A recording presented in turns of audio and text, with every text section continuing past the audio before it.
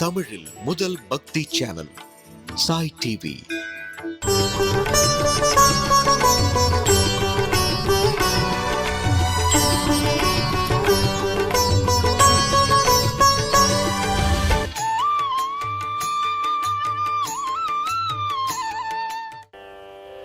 ஏற்ற காலங்கள் எதிர் பொங்கி மீதலிப்ப மாற்றாதே பால் சொரியும் வள்ளல் பெரும் பசுக்கள் ஆற்ற படைத்தான் மகனே ஆரி ஊராயாற்ற படைத்தான் மகனே ஆரி ஊராய் ஊற்றும் முடையாய் பெரியாய் உலகினில் தோற்றமாய் நின்ற சுடரே துயிலெழாய்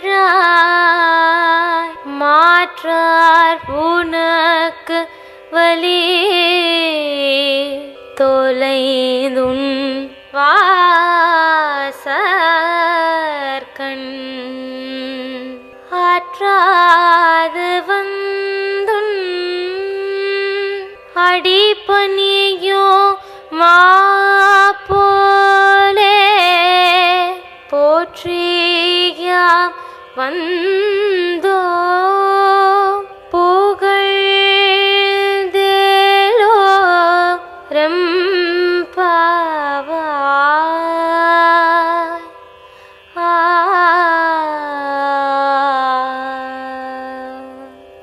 नीलातुङ्गस्तनगिरितटी सुप्तमुद्बोध्य कृष्णम् पारार्त्यं स्वं श्रुतिशतशिरः सिद्धमध्यापयन्ती स्वोचिष्टायां स्रजिनिगलितं या भलाकृत्य भुङ्क्ते गोदा तस्यै नम इदमिदं भूय एवास्तु भूयः. அன்னவயல் புதுவையாண்டாள் அரங்கற்கு பன்னு திருப்பாவை பல்பதியம் இன்னிசையால் பாடிக் கொடுத்தாள் நற்பாமாலை பூமாலை சூடிக் கொடுத்தாளை சொல்லு. சூடிக் கொடுத்த சுடற்கொடியே தொல்பாவை பாடி அருளவல்ல பல்வளையாய் நாடி நீ வேங்கடவர்க்கு என்னை விதியென்ற இம்மாற்றம் நாங்கடவா வண்ணமே நல்கு.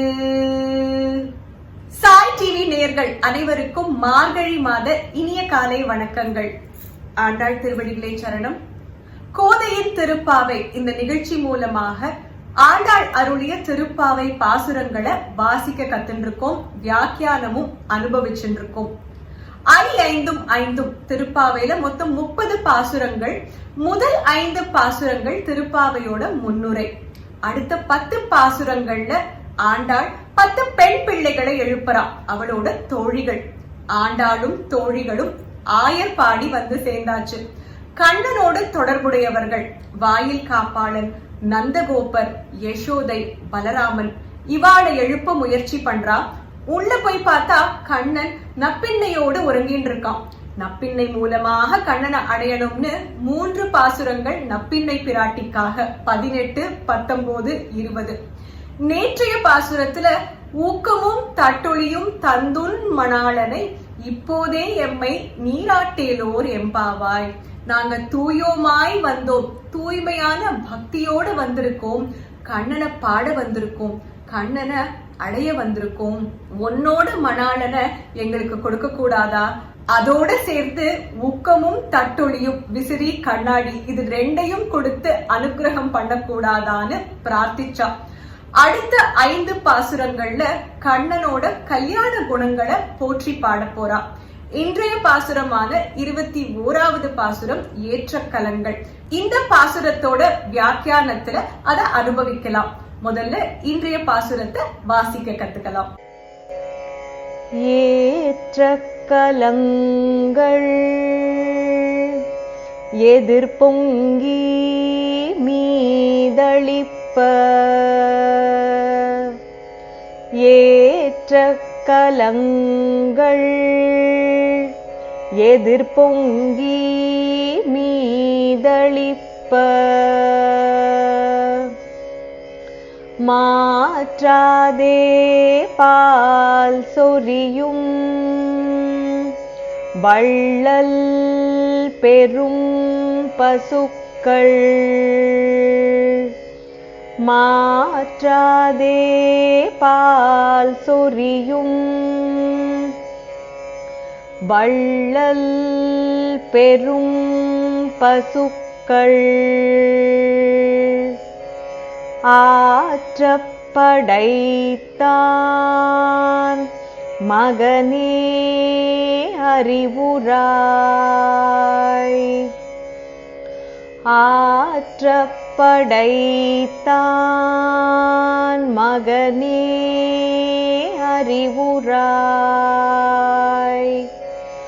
ஊற்ற முடையாய் பெரியாய் உலகினில்,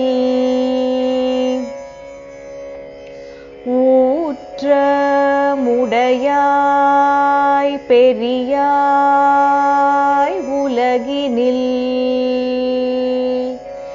தோற்றமாய் நின்ற சுடரே துயில் எழாய், தோற்றமாய் நின்ற சுடரே துயில் எழாய், மாற்றார் உனக்கு வலி தொலைந்து உன் வாசற்கண்,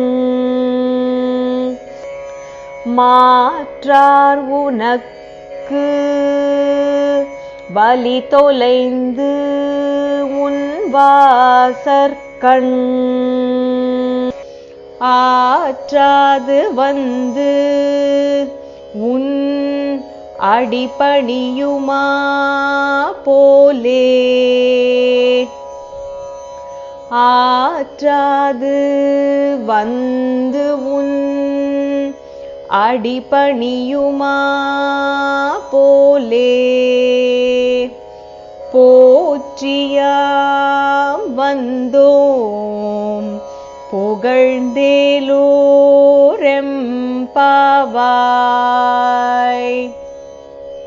போற்றியாம் வந்தோம் புகழ்ந்தேலோரெம்பாவாய்,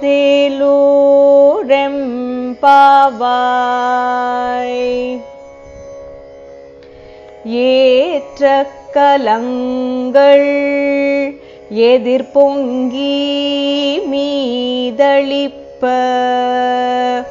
மாற்றாதே பால் சொரியும் வள்ளல் பெரும் பசுக்கள், ஆற்றப்படைத்தான் மகனே அறிவுராய், ஊற்றமுடையாய் பெரியாய் உலகினில், தோற்றமாய் நின்ற சுடரே துயில் எழாய், மாற்றார் உனக்கு வலி தொலைந்து உன் வாசற்கண், ஆற்றாது வந்து உன் அடிபணியுமா போலே போற்றியாம் வந்தோம் புகழ்ந்தேலோரெம்பாவாய்.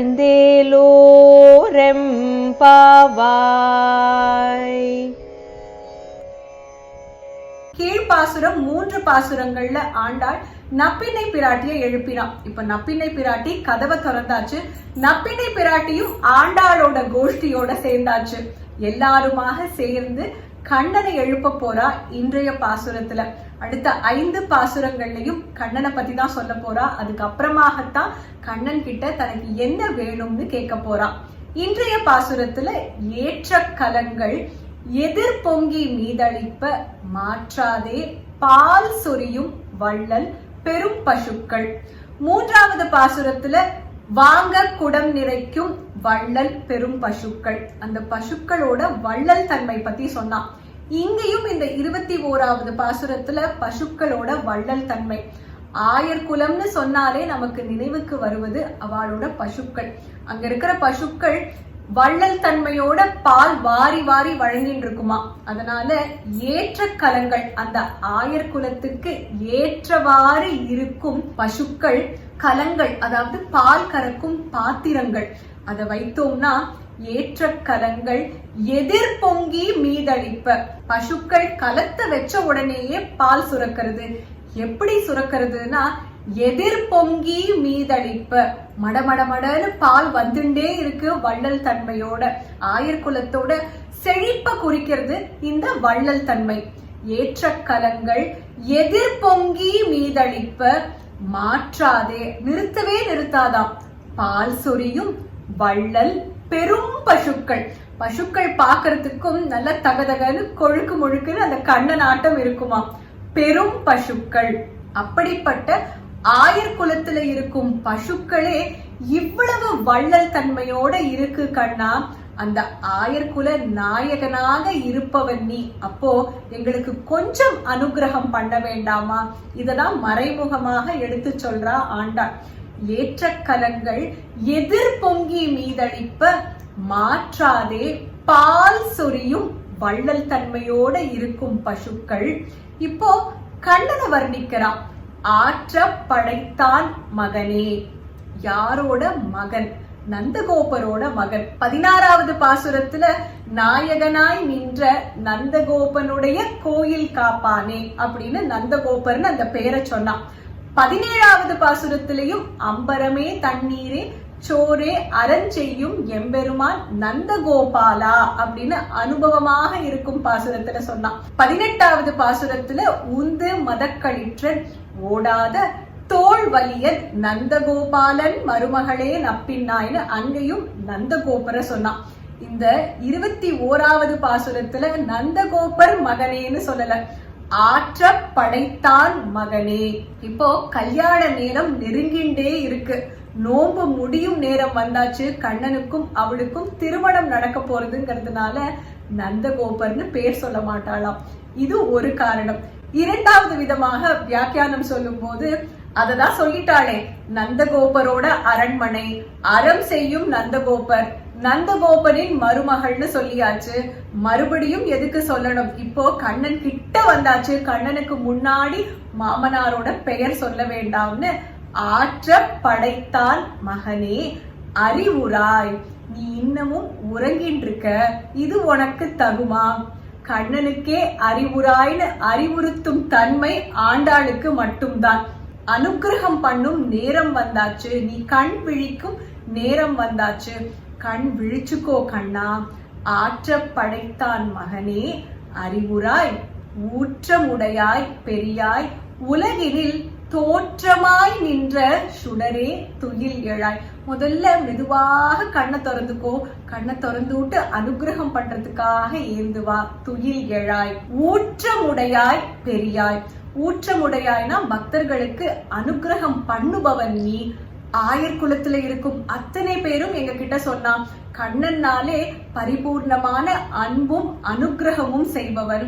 அப்படிப்பட்ட அனுக்கிரகத்தை செய்யும் தன்மை உடையவன் நீ. பெரியாய் இத பண்ணிட்டு உனக்கு பெரிய மனசு, எல்லார்கிட்டயும் போய் சொல்லிட்டு இருக்க மாட்ட, நான் இத பண்ணேன், நான் அதை பண்ணேன். இன்னைக்கு நம்மள நிறைய பேருக்கு இந்த குணம் உண்டு. நம்ம பண்ணோமோ இல்லையோ, நான் தான் பண்ணேன் அப்படின்னு வலியுறுத்தி சொல்றது. அப்படிப்பட்ட தன்மை உனக்கு கிடையாது. பெரிய மனம் கொண்டவன் நீ. ஆற்ற படைத்தான் மகனே அறிவுராய், ஊற்றமுடையாய் பெரியாய், உலகினில் தோற்றமாய் நின்ற சுடரே துயில் எழாய். இந்த உலகத்துல அர்ச்சாவதாரமாக வந்த நீ சுடராக இருந்து எங்களுக்கெல்லாம் பக்தி மார்க்கம், ஞான மார்க்கம் இது மூலமாக உன்னை அடையறதுக்காக வழி வகுத்து கொடுத்த. இதுக்கு வியாக்கியானம் ரொம்ப அழகா சொல்லுவா. சுடரே துயில் எழாய். நீ இவ்வளவு சொல்லிட்டும் யாராவது அதை கடைபிடிக்கல, பிரதிகூலர்களாக இருந்தானா, உனக்கு பகைவராக இருந்தானா, நீ என்ன பண்ணுவன்னு பார்க்கலாம். மாற்றார் உனக்கு வழி தொலைந்து உன் வாசற் கண். உனக்கு பகைவராக இருப்பவர், பகவானுக்கு பகைவர் யாரு? பக்திக்கு பகைவராக இருப்பவர்கள் தான் பகவானுக்கு பகைவர், அதாவது பிரதிகூலர்கள். பிரதிகூலர்கள் உன்னோட வாக்குவாதம் பண்ணி, உன்னோட போரிட்டு, உன்னோட அம்பால வீழ்த்தப்பட்டா, உன்னோட ஞானத்தால வீழ்த்தப்பட்டா, வலி தொலைந்து அந்த வலிமைய அவ இழந்துடுவா. வலி தொலைந்து உன் வாசற்கண் சரணாகதி பண்றதுக்காக உன்கிட்ட வருவா. ஆற்றாது வந்து உன் அடிபணியுமா போலே. பிரதிகூலர்கள் அனுகூலர்கள் ஆயிட்டா அவ ஆற்றாது வந்து உன் அடிபணியுமா போலே. ஒவ்வொரு நாளும் உனக்கு சேவை பண்றது, உனக்கு கைங்கரியம் பண்றத மட்டுமே அவ பிரதானமாக கொண்டிருப்பா. மாற்றார் உனக்கு வழி தொலைந்து உன் வாசற்கண், ஆற்றாது வந்து உன் அடிபணியுமா போலே. உன்னோட பாதங்கள்ல சரணாகதி பண்ணினா அவளுக்கு எந்த மாதிரியான அனுகிரகம் நீ பண்ணுவ, அதே மாதிரிதான் நானும் என்னோட தோழிகளும் இப்ப நப்பின்னை பிராட்டியும் எல்லாரும் சேர்ந்து உன்கிட்ட சரணாகதி பண்றதுக்காக வந்திருக்கோம். உன்னை போற்றி பாடுறதுக்காக வந்திருக்கோம். போற்றியாம் வந்தோம் புகழ்ந்தேலோர் எம்பாவாய்.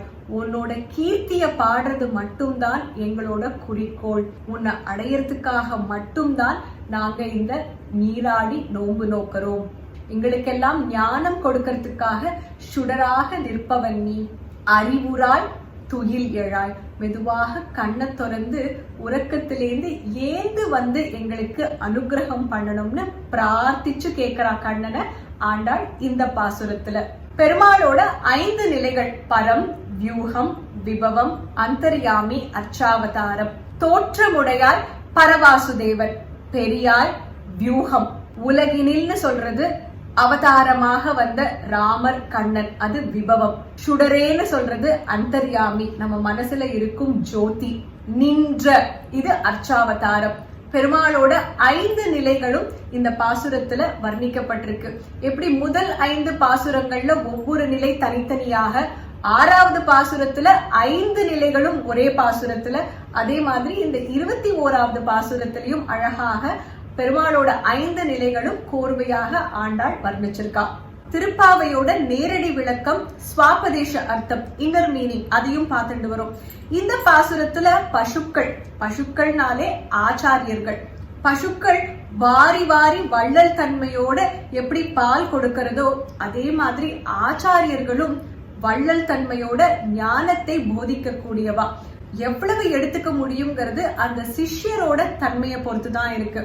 பசுக்கள்ங்கிறது ஆச்சாரியர், பால்ங்கிறது ஞானம், அந்த கலம்ங்கிறது சிஷ்யர். இது முதல் ஸ்வாபதேச அர்த்தம்.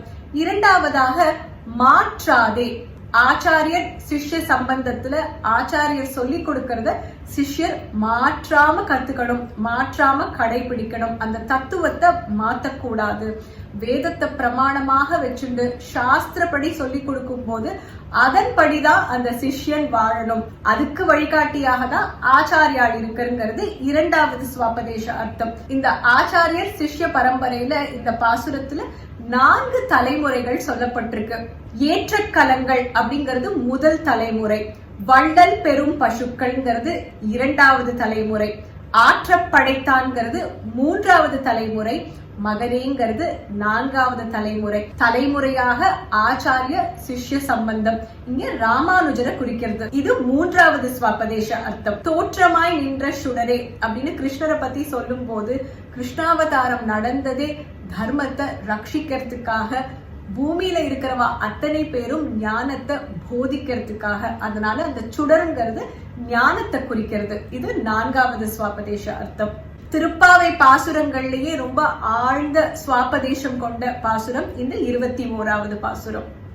கிருஷ்ணர் உபதேசித்த பகவத்கீதையின் சாரமாக நமக்கு கிடைச்சதுதான் ஆண்டாள் அருளிய பகவதி கீதை திருப்பாவை. திருப்பாவையில ஒவ்வொரு பாசுரத்துக்கு அன்வயமாக பகவத்கீதையில என்ன உதாரணமான ஒரு ஸ்லோகம் இருக்குன்னு பார்த்துட்டு வரும். இன்றைய பாசுரத்துல ஏற்ற கலங்கள் எதிர்பொங்கி மீதளிப்ப மாற்றாதே பால் சொரியும் வள்ளல் பெரும் பசுக்கள். இந்த பசுக்கள்ங்கிறது ஆச்சாரியர்களை குறிக்கிறது. அது ஸ்வாபதேச அர்த்தத்துல பார்த்தோம். இந்த முதல் 2 வரிகள் ஆச்சாரியர் சிஷ்ய சம்பந்தத்தை குறிக்கிறது. பகவான் இடத்துல செலுத்தும் பக்தியை எடுத்துட்டோம்னா, எந்த பக்தன் சரணாகதி பண்ணினாலும் அதை ஏத்துக்கும் தன்மை உடையவர் நம்மளோட பகவான். எந்த விதமான பேதம் பார்க்கறது கிடையாது. இந்த பசுக்கள் பால் சுரக்கும் போது கீழே வைத்திருக்கும் கலம் எதால ஆனதுன்னு பாக்குறது கிடையாது. அது தங்கமா வெள்ளியா தகரமா, இந்த பேதம் கிடையாது. பால் கொடுக்கிறது அதோட தன்மை. அதே மாதிரி தூய்மையான பக்தியோடு நம்ம சரணாகதி பண்ணும் போது எந்த விதமான பேதமும் பகவான் பாக்குறது கிடையாது. அதுக்கு உதாரணமாக பகவத்கீதையிலிருந்து ஒரு ஸ்லோகத்தை இப்ப பார்க்கலாம். 9வது அத்தியாயம் ராஜ வித்யா யோகம் 32வது ஸ்லோகம்.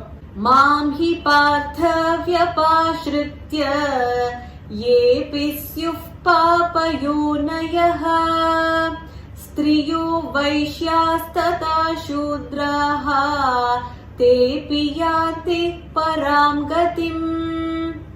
ஸ்ரத்தையான பக்தியோட என்கிட்ட சரணாகதி பண்ணினா அவ எங்க வேணா பிறந்திருக்கலாம், எந்த குலத்துல வேணா இருக்கலாம், எந்த வர்ணமாக இருக்கலாம், ஆணாக இருக்கலாம், பெண்ணாக இருக்கலாம், ஏன் சமூகத்திலிருந்து தள்ளி வைக்கப்பட்ட ஒருவராக கூட இருக்கலாம். ஆனா என்கிட்ட சரணாகதின்னு வந்துட்டா அவளை நான் கண்டிப்பாக ஏத்துப்பேன். நான் அப்படி ஏத்துண்டா அவளுக்கு பரகதி கண்டிப்பாக கிடைக்கும்னு சொல்ற கிருஷ்ணர் இந்த ஸ்லோகத்துல.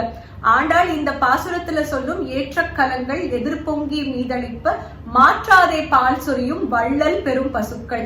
வள்ளல் தன்மை மிகுந்த பசுக்கள் எந்த விதமான பேதம் எப்படி பார்க்காதோ, அதே மாதிரி சத் ஆச்சாரியர்களாகட்டும் பகவான் ஆகட்டும் அவளும் எந்த விதமான பேதமும் பார்க்க மாட்டான். ஆண்டாள் இந்த பாசுரத்துல சொல்லும் கருத்துக்கு அன்வயமாக பகவத்கீதையில இந்த ஸ்லோகத்தை நம்ம பார்க்கலாம். 12 ஆழ்வார்கள் 4000 திவ்ய பிரபந்தத்துல மங்களாசாசனம் பண்ணின திருத்தலங்கள் தான் திவ்ய தேசங்கள். திவ்ய தேசங்கள் மொத்தம் 108. அதுல 106 இந்த லோகத்திலையும் 2 பரலோகத்திலையும்.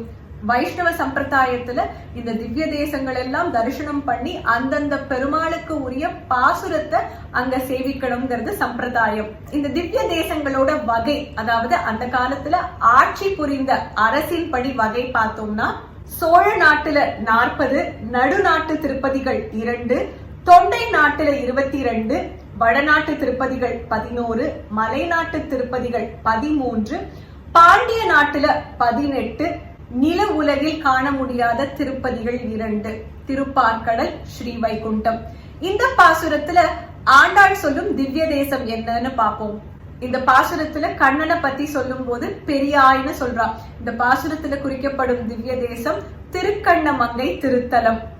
திருவாரூர் மாவட்டத்துல இருக்கும் திவ்ய தேசம். இங்க பெருமாள் பக்தவத்சல பெருமாள், தாயார் கண்ணமங்கை நாயகி. திருமங்கை ஆழ்வார் இந்த திருத்தலத்துக்கு மங்களாசாசனம் பண்ணிருக்கார். 12 ஆழ்வார்கள் அருளிய 4000 திவ்ய பிரபந்தம் அதை தொடுத்து கொடுத்த நாத முனிகளோட சிஷ்யன் திருக்கண்ணமங்கை ஆண்டான். அவர் வாழ்ந்த ஸ்தலம்ங்கிறதுனால அவர் பேர்ல இருக்கும் திருத்தலம். திருமங்கை ஆழ்வார் பக்தவத்சல பெருமாளை மங்களாசாசனம் பண்ணும் போது புறக்கடலை விண்ணில் விண்ணவராய் மகிழ்ந்தெய்துவார் அப்படின்னு சொல்றார். அதாவது பெருமாளோட பெரிய திருக்கோலத்தை பத்தி சொல்றார். அதே மாதிரி இந்த பாசுரத்துல கண்ணனை பெரியாய்னு சொல்றதுனால இந்த பாசுரத்துல குறிக்கப்படும் திவ்ய தேசம் திருவாரூர் மாவட்டத்துல இருக்கும் திருக்கண்ணமங்கை திருத்தலம். இன்றைக்கு பெருமாளுக்கு விசேஷமான நைவேத்தியம் பசுக்கள் நிறைய பால் கொடுக்கிறது அப்படின்னு சொல்லும் ஒரு பாசுரம். அதனால இன்னைக்கு பெருமாளுக்கு நைவேத்தியமாக திரட்டிப்பால். பசுக்கள் எல்லாம் வள்ளல் தன்மையோடு பால் கொடுக்கிறது ஆயர்பாடியில. வள்ளல் தன்மைன்னு சொன்னாலே செழிப்பு, வளர்ச்சி, இத குறிக்கிறது. இன்றைக்கு எல்லாரோட ஆத்து வாசல்ல போட்ட கோலமும் இததான் குறிச்சிருக்கும்னு நினைக்கிறேன். கோலம் மட்டும் இல்ல, நம்மளோட வாழ்க்கையும் வளமாக செழிப்பாக இருக்க பகவான பிரார்த்திக்கலாம். இப்போ நாளைய பாசுரத்தோட கோல குறிப்பை பார்க்கலாம். நாளைய பாசுரம் 22வது பாசுரம் அங்கன்மா ஞாலத்து. இந்த பாசுரத்துல கிங்கிணி வாய் பெய்த தாமரை பூ போலே, அதனால தாமரை மலர்கள் நிறைந்த கோலம். கண்ணனோட கண்களை பத்தி சொல்லும் போது திங்களும் ஆதித்யனும் எழுந்தார் போல். ஒரு கண் சூரியன் மாதிரி இருக்கு, ஒரு கண் குளிர்ச்சியாக சந்திரன் மாதிரி இருக்கு. அதனால தாமரை பூக்கள், நடுவுல சூரியனும் சந்திரனும். இன்னும் விரிவாக போடணும்னு நினைக்கிறவா அரசர்கள் எல்லாம் கண்ணனை தரிசனம் பண்ணணும்னு கட்டில் கீழே காத்துட்டு இருக்காங்க. கண்ணன் உறங்கும் கட்டில், அதில் ஒரு புல்லாங்குழல், அரசர்களோட கிரீடம், கண்ணனின் கண்கள், ஒரு பக்கம் சூரியன் ஒரு பக்கம் சந்திரன், கிங்கிணி வாய் பெய்த தாமரை பூ போலே அப்படின்னு தாமரை மலர்கள். ஆண்டாள் மார்கழி மாதம் நோன்பு நோற்றுதே கண்ணனை அடையணுங்கிறதுக்காக. கண்ணன்னு சொன்னாலே அவனோட அழகான தாமரை மலர் போன்ற கண்கள், கமல கண்ணன். நாளைய பாசுர கோலமாக தாமரை மலர்கள் நிறைந்த கோலங்கள் போட்டு நம்ம எல்லாருமே கண்ணனை அடைஞ்சா மாதிரி ஒரு அனுபவத்தை பெறலாம். இந்த பாசுரத்துல வரும் பசுக்கள்ங்கிறது ஆச்சாரியரை குறிக்கிறதுன்னு பார்த்தோம். ஆச்சாரியருக்கும் குருவுக்கும் என்ன வித்தியாசம்?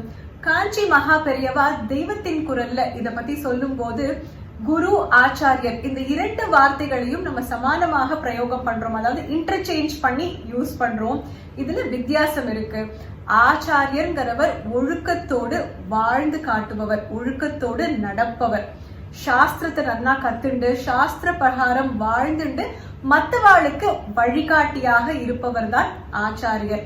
குருங்கிறவருக்கு இப்படிப்பட்ட கட்டுப்பாடு கிடையாது. உள் அனுபவத்தாலேயே அவர் வழிகாட்டியாக இருக்க முடியும். ஒருத்தர் குருவாகவும் இருந்து ஆச்சாரியராகவும் இருக்க முடியும்னா கண்டிப்பாக முடியும். அதாவது உள் அனுபவத்தால குருங்கிற ஸ்தானம், ஆனா மத்தவாளுக்கு வழிகாட்டியாக இருக்கணுங்கிறதுக்காக அவ ஆச்சாரியளாக இருக்கலாம். உதாரணமாக சங்கரரை சொல்லும் போது ஜகத்குரு ஆதி சங்கராச்சாரியர்னு சொல்றோம். குருவாகவும் இருந்து ஆச்சாரியராகவும் இருந்தவர். குருவாக இருக்கட்டும் ஆச்சாரியராக இருக்கட்டும், இரண்டு பேருமே சம்சார சாகரத்துல உழண்டு இருக்கும் இந்த ஜீவாத்மாக்களை பரமாத்மா கிட்ட எப்படியாவது கொண்டு சேர்க்கணும் அப்படிங்கிற அந்த ஒரே குறிக்கோள் தான் இரண்டு பேருக்குமே. நமக்கு ஒரு நல்ல குரு ஆச்சாரியர் இருந்தா கண்டிப்பாக பகவான அடையும் அந்த பாக்கியம் நமக்கு கிடைக்கும். ஸ்ரத்தையான பக்தி செலுத்தும் அந்த வழிகாட்டியாகவும் அவ நமக்கு இருப்பா. நாளை காலை 22வது பாசுரத்துல சந்திக்கலாம். ஆண்டாள் திருவடிகளே சரணம். சர்வம் கிருஷ்ணார்ப்பணமஸ்து.